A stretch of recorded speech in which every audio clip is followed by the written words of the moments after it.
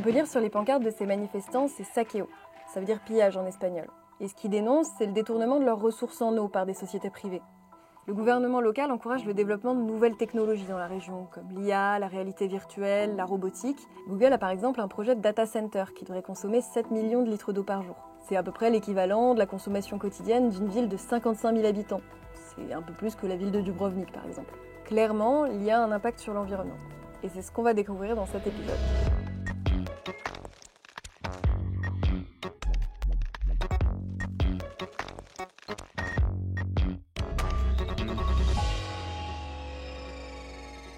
Avec le développement de l'IA, on devrait avoir de plus en plus de data centers qui vont consommer de plus en plus d'eau. Cette utilisation de l'eau, elle fait débat, surtout quand il s'agit d'eau potable et notamment dans des endroits comme l'Espagne, qui avec le réchauffement climatique ont de plus en plus souvent des sécheresses.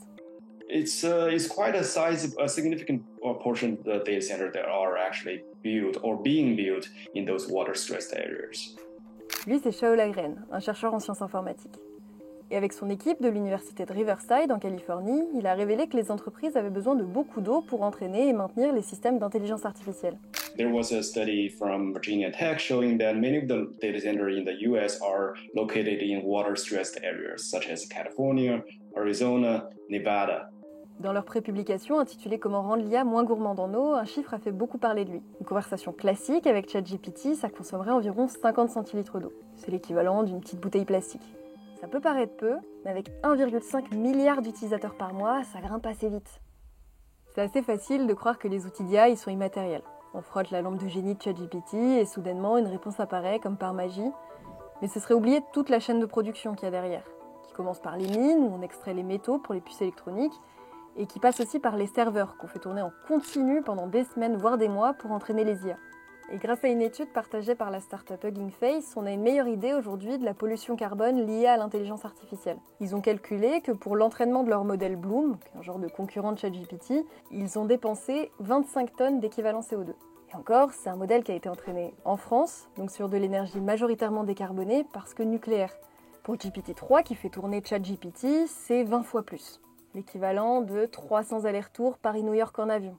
Since Google was founded 22 years ago.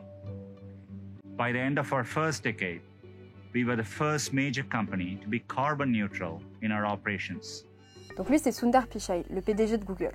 Quand des géants du numérique disent qu'ils sont neutres en carbone, ça ne veut pas dire que 100% de leurs serveurs sont alimentés par de l'énergie renouvelable. Ça peut aussi vouloir dire qu'ils compensent leur pollution. Par exemple en achetant 1 kW d'énergie renouvelable pour chaque kilowatt d'énergie carbonée qu'ils utilisent. Est-ce que ça veut dire qu'il faut jeter l'IA à la poubelle pour autant ?